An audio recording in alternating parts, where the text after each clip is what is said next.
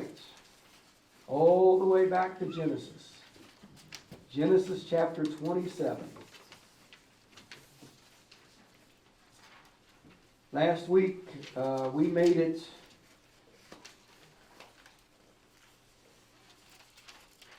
pretty much through the verses 20 through 29, the section there. And of course, this is Jacob under Rebekah's instructions, pretty much stepping in and stealing Isaac's blessing upon Esau. And we spent a lot of time talking about that last week and the dynamics. And we got down and we read the blessing. Now, if you go down to verse 27 of Genesis 27, you see the blessing that Isaac bestows upon Jacob, thinking he's bestowing it upon Esau. But I wanted us to take a look at what the actual blessing is as we move forward. So verse 27 of Genesis 27. So he went to him and kissed him. And when Isaac caught the smell of his clothes, he blessed him. He said, "Ah, the smell of my son is like the smell of a field that the Lord has blessed. May God give you of heaven's dew and of earth's richness, an abundance of grain and new wine. May nations serve you and peoples bow down to you. Be Lord over your brothers, and may the sons of your mother bow down to you. May those who curse you be cursed, and those who bless you be blessed." So as you look at that blessing from a father to his son, what are some of the pieces of that blessing that strike you as to what he's actually offering in blessing? Anything catch your eye? They would never go hungry, with abundance of grain and plenty of wine. Yeah, may God give you of heaven's dew. I think the ESV speaks of the fatness of the earth. That sounds like good stuff, I guess, right? The best that the earth offers. Like you said, the abundance of grain and new wine. So there's the idea that he would experience abundance in life. He's going to be a leader over people. He's going to be a leader over people. And very clearly, he's going to be a leader over his brother, right? Sounds like a king almost. May nations serve you. May nations serve you. Calls him Lord, king.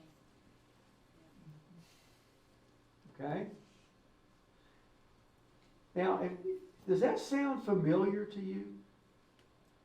Does that sound anything like what God said to Abraham when he first blessed him in Genesis 12?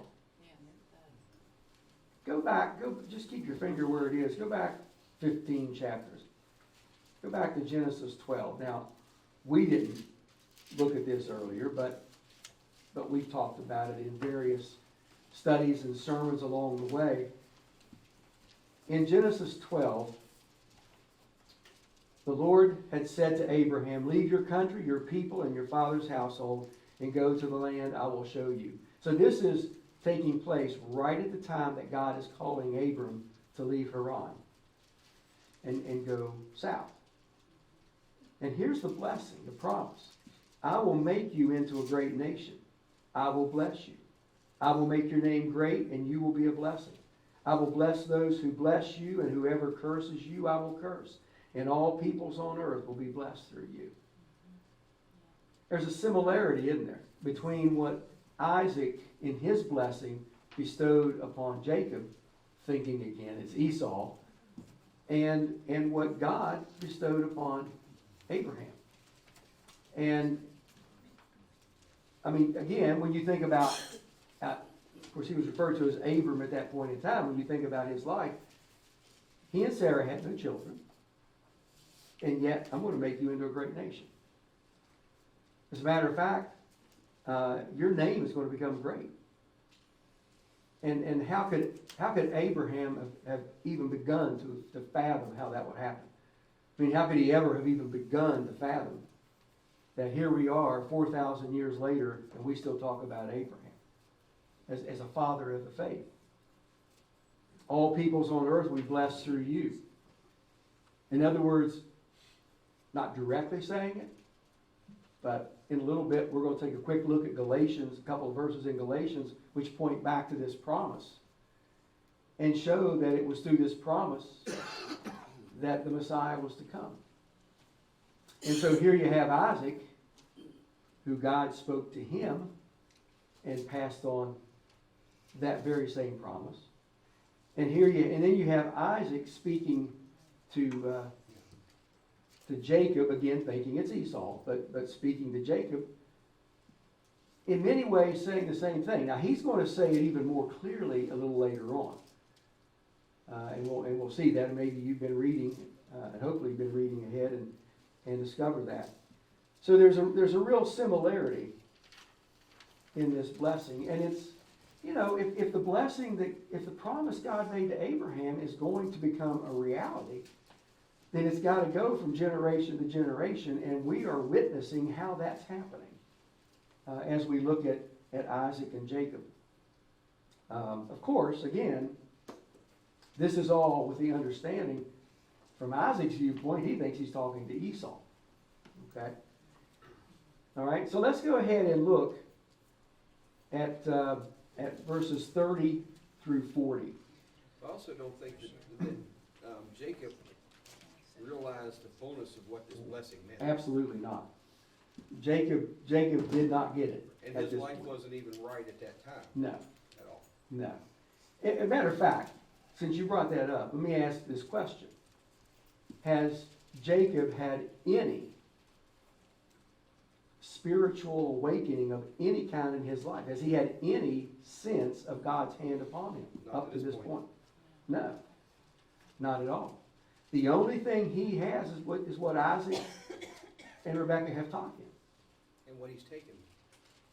And what he's taken, yeah. And what he's been told, about the promise. Okay? So yeah, his awakening to the reality of God and God's hand upon his life is going to happen a little later. Okay, verse 30.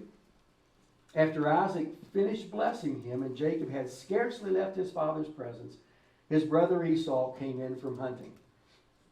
If you remember, Esau was sent out by his dad to hunt, to find the game, to prepare it, and bring it so he could eat and receive the blessing. So Esau too prepared some tasty food and brought it to his father.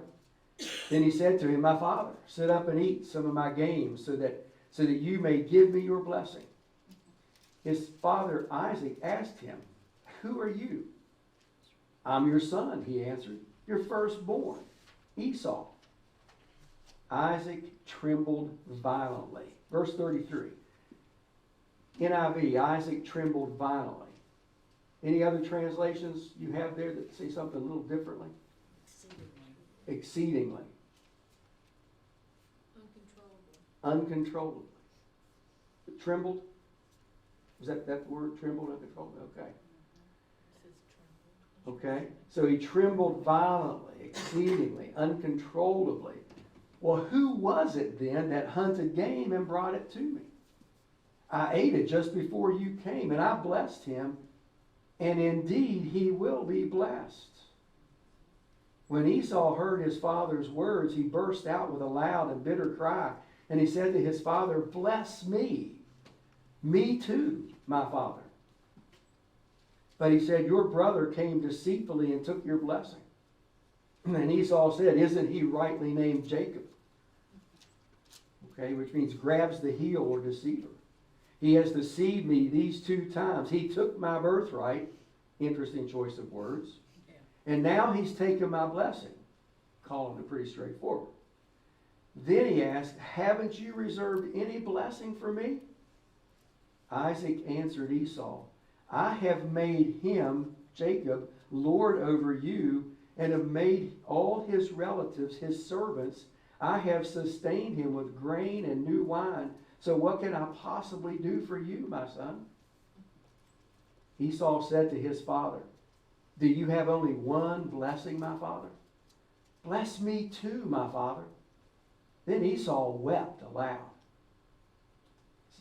His father Isaac answered him, Your dwelling will be away from earth's richness, away from the dew of heaven above. You will live by the sword and you will serve your brother. But when you grow restless, you will throw his yoke from off your neck.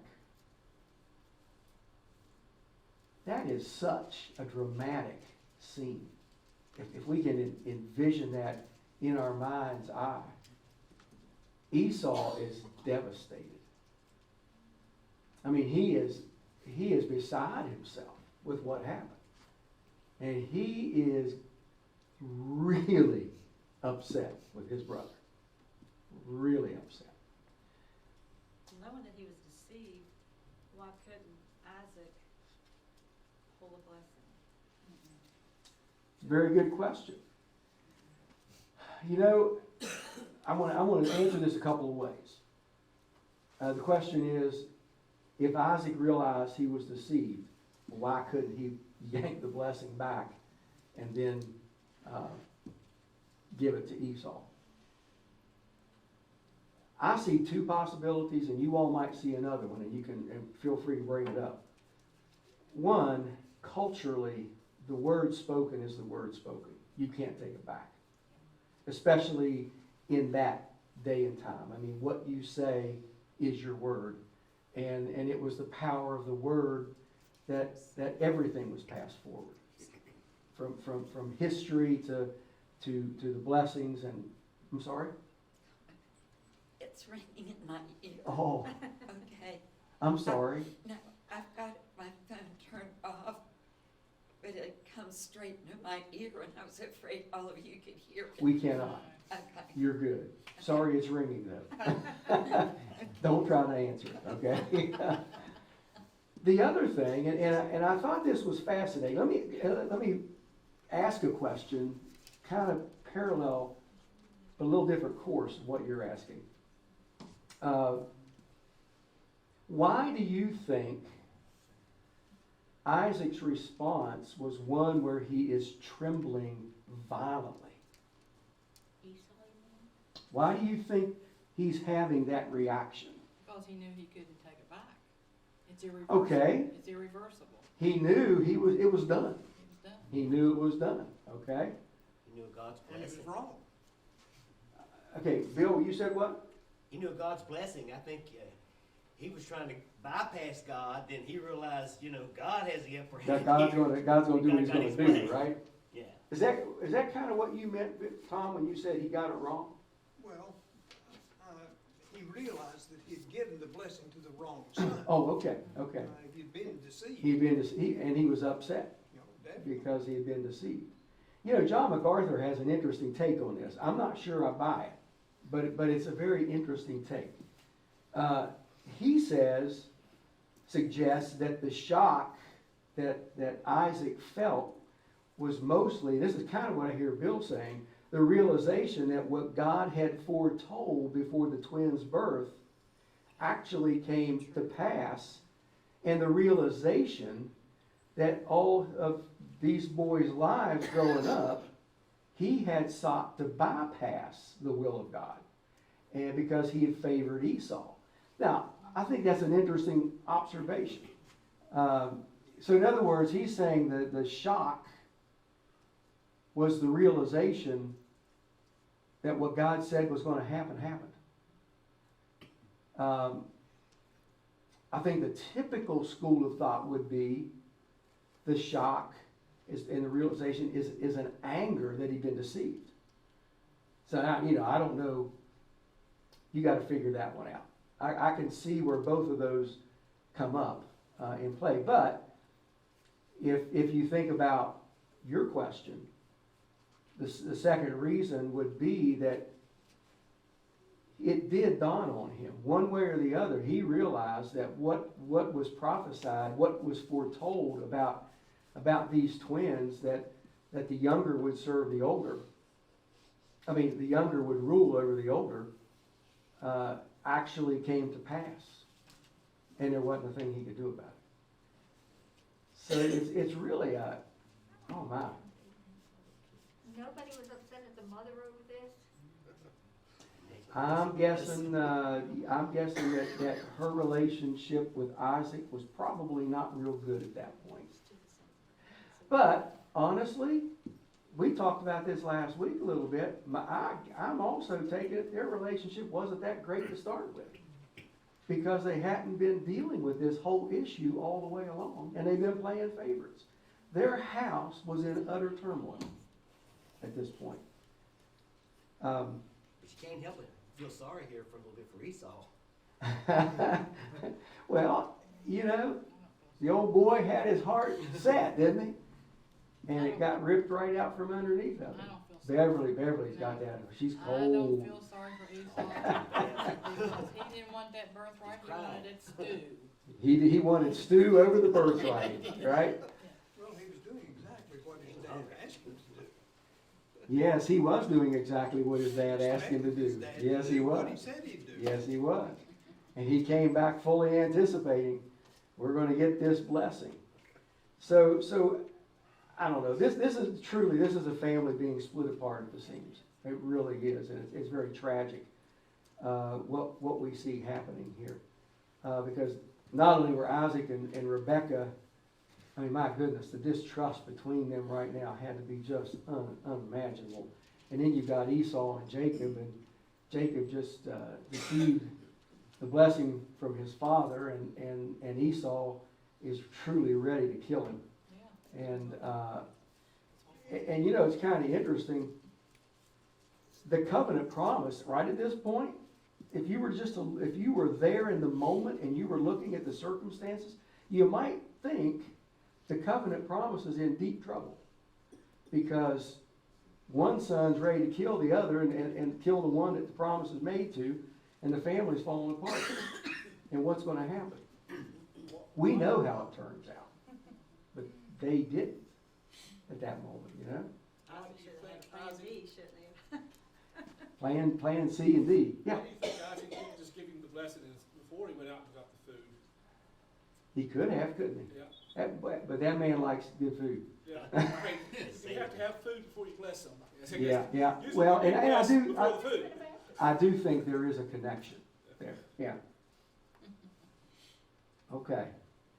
Well, let's look at verses. Any other thought about that? By the way, you noticed. I don't know if you can call it a blessing. What what Isaac gave to Esau. I mean, your dwelling is the opposite. It's going to be away from earth's richness. Whereas the blessing on Jacob was, may God give you the heavens dew and earth's richness. You're going to be away from the dew of heaven. You're going to live by the sword. Your brother will serve you. Of course, Esau's descendants become what nation? Edomites. Yeah, Edom, the Edomites, right? The very end of it is a little glimmer for him. The very end, but when you grow restless, you will throw his yoke from off your neck. And I think we're going to see a way that happens before this story comes to an end. And then historically down the road, there are times the Edomites raised up and pretty much separated themselves from the Israelites. Of course, eventually they were obliterated along the way. Esther? Yeah. This does not sound at all fair. I don't think anybody's going to disagree with you. That it doesn't sound at all fair. But I mean, I think that sometimes in our own lives, we look at and say, why does this happen and I don't get this, or this person was healed but my loved one wasn't healed? Sure. I think it's really easy to do that. Yes, it is. And you have to remind yourself that, Jesus and you work it out. I mean, it's between you and him. And this is certainly an early example of that. Because we can't, I think to myself, why in the world does this happen? It's a very good reminder. Well, I want to respond to that. But first of all, it's a very good reminder that life isn't fair. I think any of us can see the reality of that. Your question was, why didn't the Lord do something about this, intervene in this? Well, why did the Lord let it happen? Okay, why did the Lord let it happen? I would respond this way. And you all might want to offer, listen, you respond any way you want to this. But I would respond saying, God gave them the vision before those boys were born. He told them how this was supposed to work. And they did nothing. I mean, there's no evidence that this husband and wife came together praying about it, talking to God about it, trying to say, okay, Lord, show us, how is this going to happen? How we want to be your instruments to make your will come about. How does this happen? There's no indication. Instead, they play favorites. And in essence, what I see is God allowing Isaac and Rebekah, Jacob and Esau,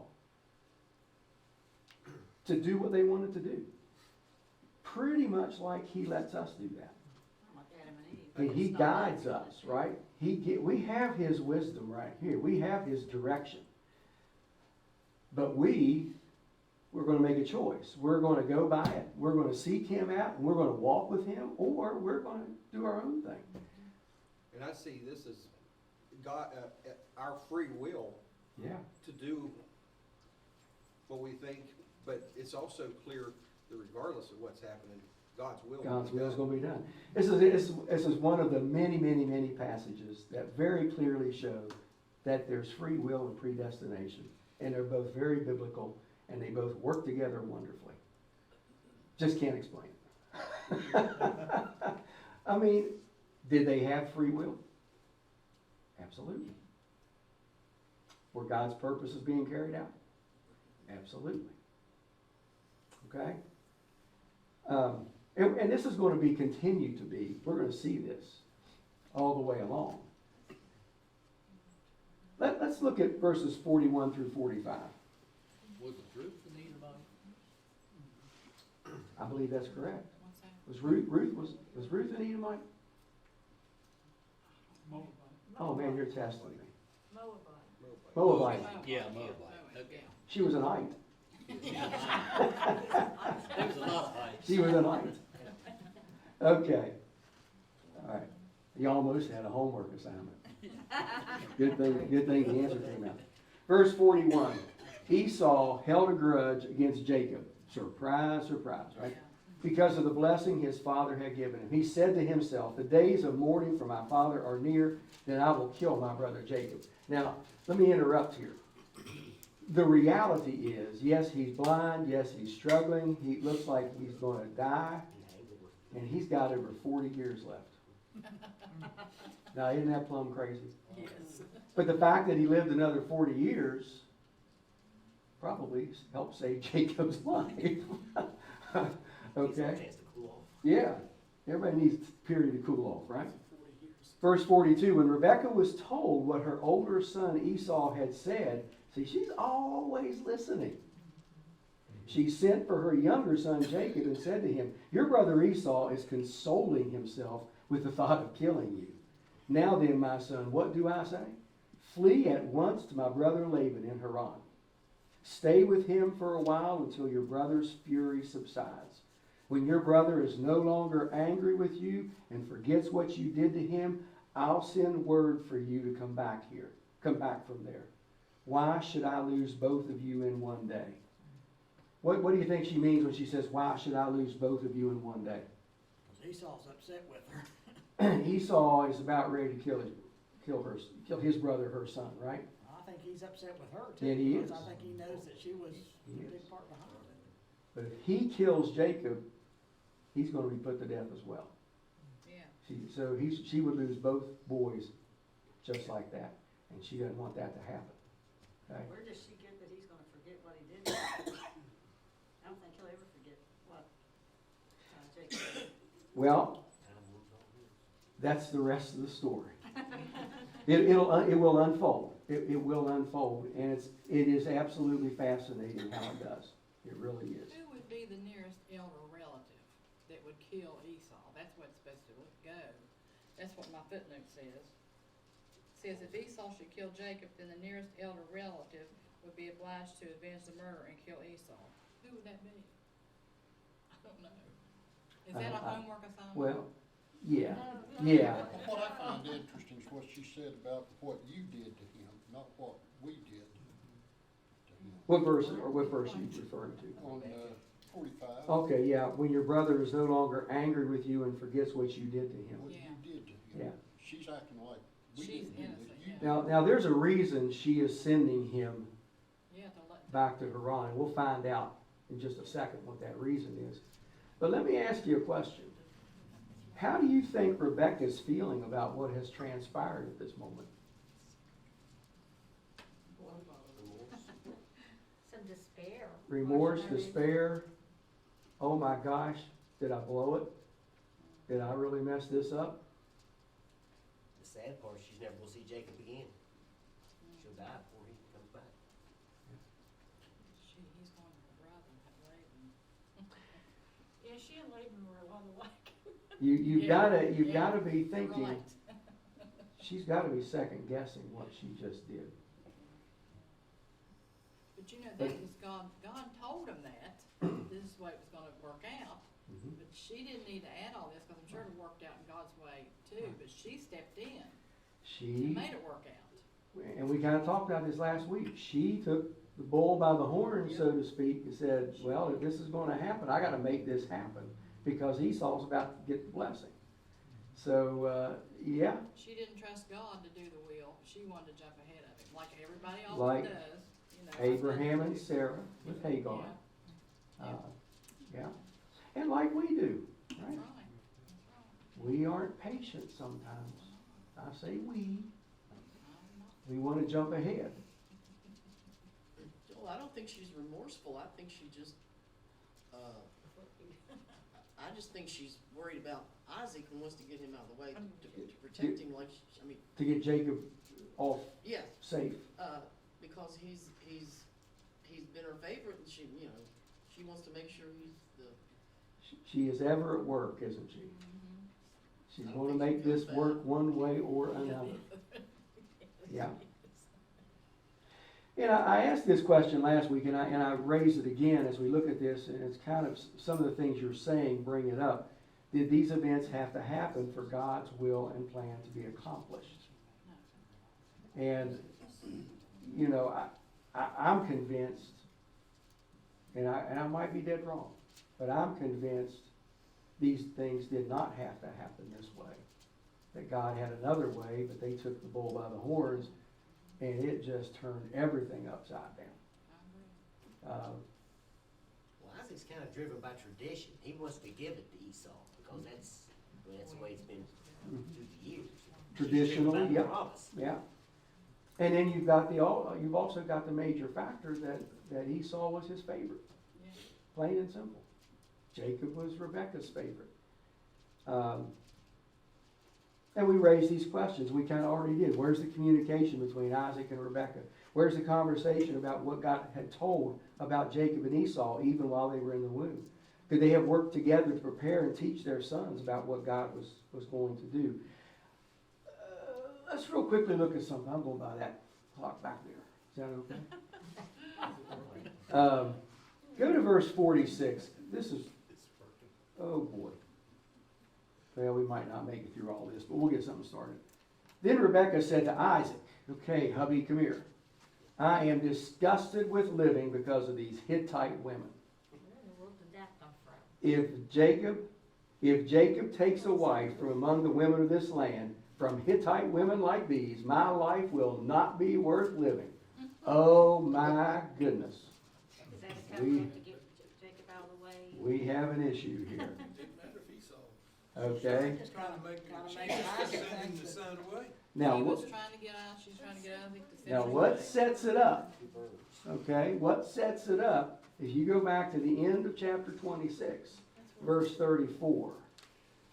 When Esau was 40 years old, he married Judith, daughter of Beeri, the Hittite, and also Basemath, daughter of Elon, the Hittite. They were a source of grief to Isaac and Rebekah. So she is setting the groundwork to get Jacob out of there and get him back to the homeland to find a wife. Yeah. All right? And the reason is, and in all seriousness, what would have been the concern? What do you think some of the problems might have been with Esau having married two Hittite women? Well, they Two weren't women, Jewish, probably part of they didn't believe in God. Okay, Okay, so we're talking about women who worshiped Idols. different gods that weren't gods, and you said what?